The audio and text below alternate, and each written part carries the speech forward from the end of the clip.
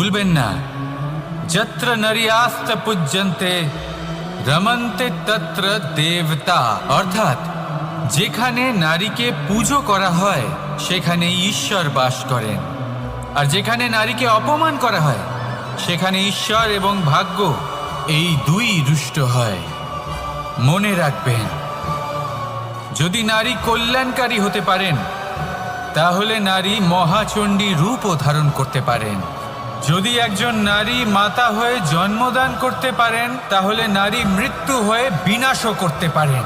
যেখানে নারী অপমানিত হবেন সেখানে মহান ভারতও মহাভারতের পথে অগ্রসর হতে পারে।